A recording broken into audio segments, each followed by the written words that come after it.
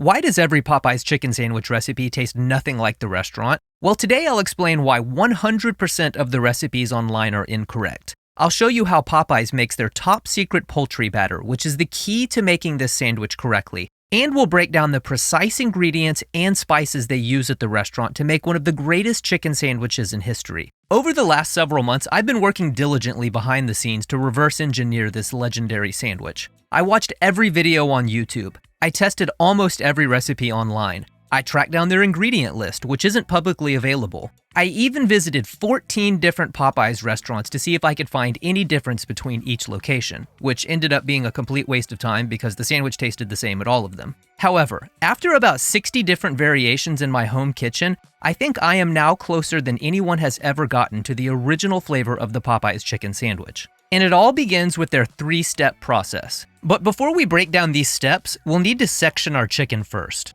So Popeyes uses boneless, skinless chicken breasts for their chicken sandwich. And even though they have a reputation for using much larger chicken pieces than other restaurants like Chick-fil-A, I've generally found their fillets to weigh between 4 and 5 ounces. I even took my kitchen scale into Popeyes restaurants like a deranged lunatic so I could get a proper measurement for you all. To prepare the chicken breasts for the sandwich, we'll start by turning them over and removing the tenderloin. You can use this as a chicken tender now or reserve it for another recipe. Then let's trim off the small tapered point at the bottom of the breast. This will make it much easier for us to get uniform fillets. Now take your hand and place it on top of the chicken like this, and make a horizontal slice halfway through the breast. This should give us 2 evenly cut uniform fillets. Now, Popeyes sandwich fillets are generally about ½ inch thick. In their training manual, they're advised to press down on the fillets with their knuckles during the first step of the breading process. They call this a knuckle roll, and it supposedly helps even the fillets out and break down some of the fibers so the breasts won't curl up during the frying step. But at home, I found a much more efficient way to achieve uniformity is to place the cut fillets under plastic wrap and pound them with a meat mallet until the breasts are of an even thickness.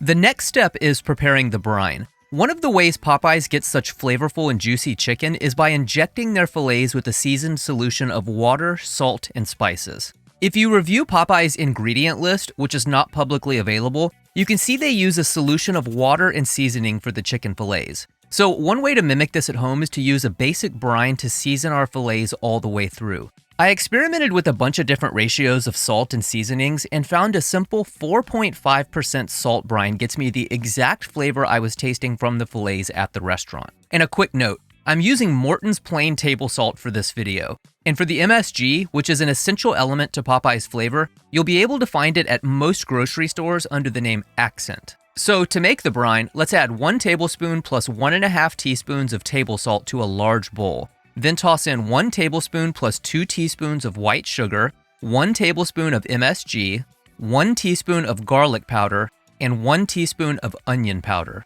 Then pour over approximately 1 liter of water and whisk until all the spices and seasonings are completely dissolved. Next, we'll add the sectioned fillets to the brine. I tested several different times and I consistently found that a 12-hour brine yielded the best results. You can go a little shorter or a little longer, but the 12-hour brine tasted closest to what I was getting from the restaurant. And just make sure to refrigerate it the entire time. The next ingredient is the most crucial component in achieving the true Popeyes flavor and texture. And this is the step that everyone online gets wrong. But before we get to that, I want to quickly thank today's video sponsor, Factor. Now, I spend almost all day, every day, cooking, developing recipes, and testing dishes.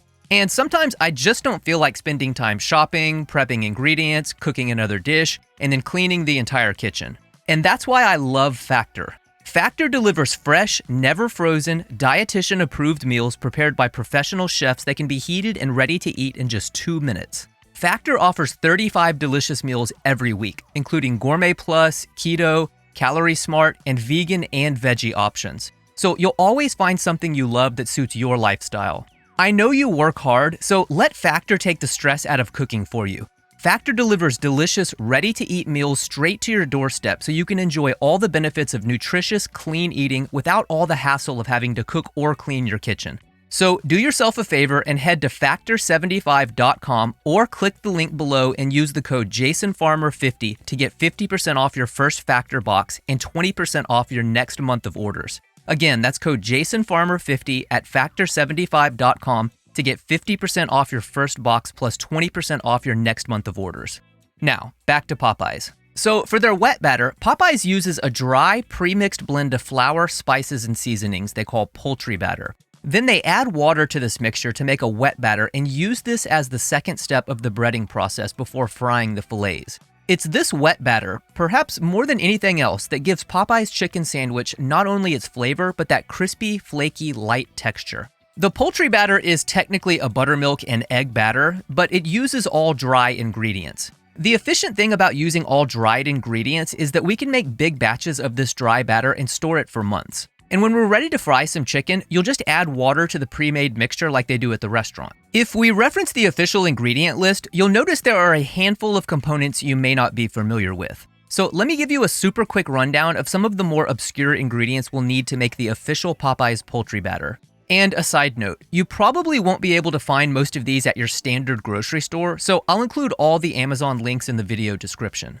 The first is whole egg powder. There are many reasons we add eggs to a batter, but it's mainly to bind and emulsify all the other ingredients and to add structure, color, and flavor to the crust. The second is buttermilk powder. Buttermilk is the most classic flavor of Southern fried chicken, but using it in powdered form will help us achieve that flavor without introducing any additional moisture to the crust, so we can keep it as crispy as possible. The third ingredient is vinegar powder.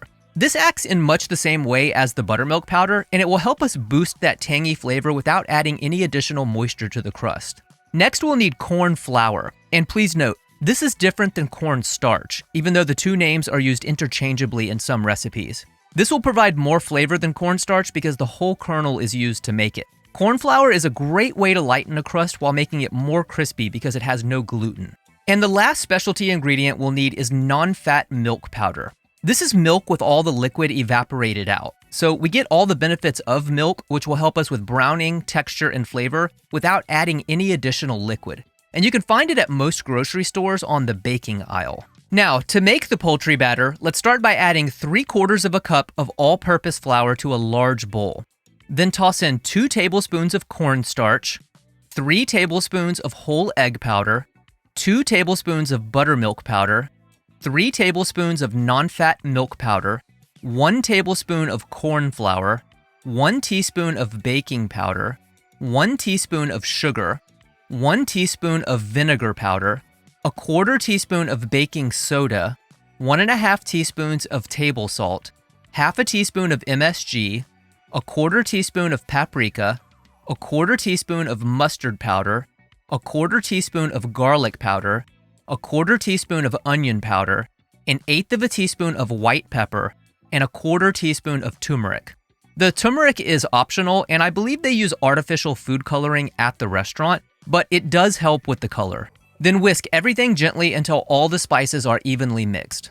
And we will reconstitute this with water to make it into a proper wet batter when we're ready to fry the chicken. But until then, you can store the poultry batter dry mix in a covered container for several months. And the final piece we'll need for the dredge is the flour mixture. This is another element almost everyone online gets wrong. You'll often see recipes adding all sorts of spices and seasonings to their flour mixture. But if we reference the official ingredient list, you can see the only components are flour, leavening agents, and salt. It's a super simple, basic flour mixture. So to begin, let's start by adding 2 cups of all-purpose flour to a large bowl. Then add 2.5 teaspoons of baking powder, 1/2 teaspoon of baking soda, and 1 tablespoon of table salt. Then whisk the flour mixture until all the ingredients are well combined. And you can store the flour mix in a covered container for several months. Now, for the bread, Popeyes uses a brioche bun. But what brioche bun is closest to what they're using at the restaurant? I tested pretty much all the most common brands available at your standard grocery store, and to be completely honest with you, they're all very similar. But the one that tasted closest to the bread I got from Popeyes is the artisanal brioche bun from Sara Lee. And the great thing is that these should be available nearly everywhere. To prepare the buns, you'll just want to butter both sides and lightly toast them in a pan over medium heat until they're browned on the bottom. For the pickles, testing the samples I got from the restaurant, they seem to be using some variety of dill pickle. I know they're using a barrel-cured pickle from Chipco, as evidenced by this photo from Reddit, but the restaurant pickles seem to be less lightly pickled than the ones I'm able to get from the grocery store.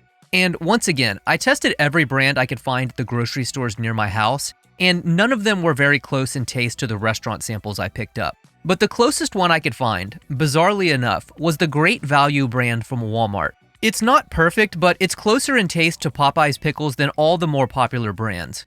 But my advice is just to go with any sliced dill pickle, and they'll be relatively similar to what they're using at the restaurant. And finally, for the mayonnaise, I got conflicting information from employees on the brand they use at the restaurant. Some people told me they saw Hellmann's mayonnaise at their location, and others told me they saw Blue Plate mayonnaise at their locations. The problem I ran into while testing the samples I picked up from the restaurants against both Hellmann's and Blue Plate is that the restaurant mayonnaise was slightly sweeter than both. So my recommendation is to pick up either Hellmann's or Blue Plate and to add just a bit of sugar and whisk it into the mayonnaise before using. This little addition of sugar made both mayonnaises indistinguishable from the restaurant samples. Now, when you're ready to fry the chicken and make the sandwiches, let's start by heating some neutral oil to 350 degrees. And Popeyes uses a beef-flavored shortening, as evidenced by this photo from Reddit.